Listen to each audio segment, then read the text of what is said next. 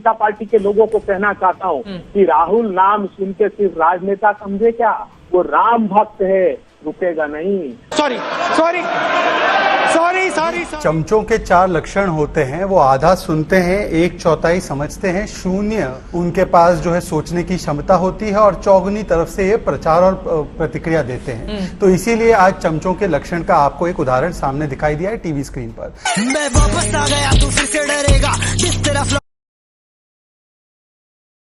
जो तुमने अपनी नाभि में ये जो संग्रहित कर रखा है सत्ता की लूट का माल, उस पर वो बाण मारेगा और आप लोगों की सत्ता का अंत करेगा। ठीक है, शहजाद को आप प्लीज फ्लोर पर आवाज दीजिए। शहजाद पूनावाला जी वो कह रहे हैं कि राहुल फायर है, रुकेगा नहीं, और उसी अंदाज में वो नजर आए। राहुल गांधी की ओर से ट्वीट भी किया गया है। वो लिख रहे हैं, अपने काले कारनामों को छुपाने के लिए काला जादू जैसे अंधविश्वास से बातें करके भटकाना बंद कीजिए आप इस देश की जनता को और सीधा जवाब दीजिए। देखिए चित्रा जी, चमचों के 4 लक्षण होते हैं, वो आधा सुनते हैं, 1/4 समझते हैं, 0 उनके पास जो है सोचने की क्षमता होती है और चौगुनी तरफ से ये प्रचार और प्रतिक्रिया देते हैं। तो इसीलिए आज चमचों के लक्षण का आपको एक उदाहरण सामने दिखाई दिया है टीवी स्क्रीन पर। मैं वापस आ गया, तू फिर से डरेगा जिस तरफ काले कपड़ों पर हमला नहीं है जिसको लेकर पकड़ कर बैठी है कांग्रेस पार्टी।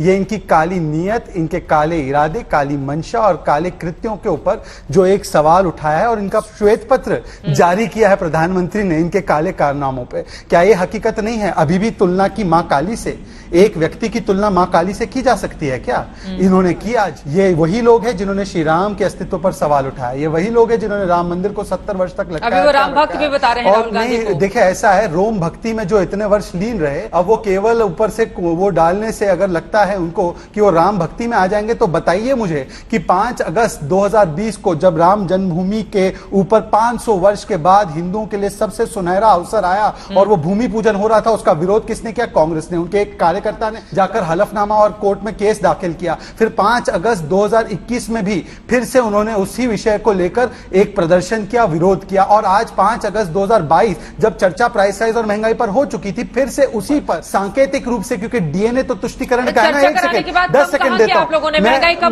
मैं आपको बता रहा हूं, मैं उसी विषय पे आ रहा हूं, और अगर ऐसा नहीं है, ये तो देखिए चित्रा जी, आपने मौका दिया, ये रोम भक्ति वाले आ गए। मेरी बात तो पूरी होने देते, मेरी बात तो पूरी होने देते। पहले तो डिबेट में हमें क्रॉस क्वेश्चन के लिए कम से कम खुले रहे दरवाजे। ठीक है सर, एक बार इनकी बात सुन लेते हैं। लॉटरी क्या ये हकीकत नहीं है चित्रा जी की महंगाई की तथाकथित रैली में राहुल गांधी जी ने जाकर हिंदुत्व को अपमानित करने के और गाली देने का काम किया था और हिंदुत्व को इससे जोड़ा था कि ये हिंसा सिखाता है? मुझे लगता है कि व्यवधान नहीं होना चाहिए, मुझे लगता है व्यवधान नहीं होना चाहिए।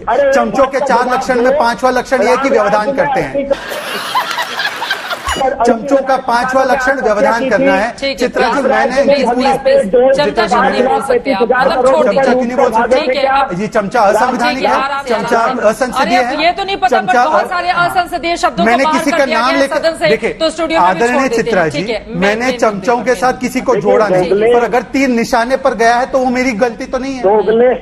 प्लीज अभय दुबे जी, मतलब चित्रा जी, चमचों के 5 लक्षण फिर से दोहराने पड़ेंगे। हम लौट आते हैं मेन मुद्दे पर। देखिए व्यक्तिगत टिप्पणी मुझे अपनी बात पूरी करने दीजिए। अभय दुबे जी, एक बार उनकी बात तो सुन लीजिए। उनकी बात सुनेंगे तभी तो आप जवाब देंगे ना अभय दुबे जी। उनकी बात सुनेंगे तभी तो आप जवाब देंगे। उनकी बात सुन लीजिए, मैं लौट रही हूँ आपके पास।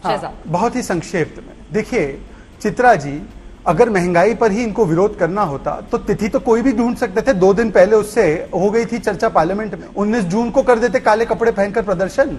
क्यों नहीं किया जी?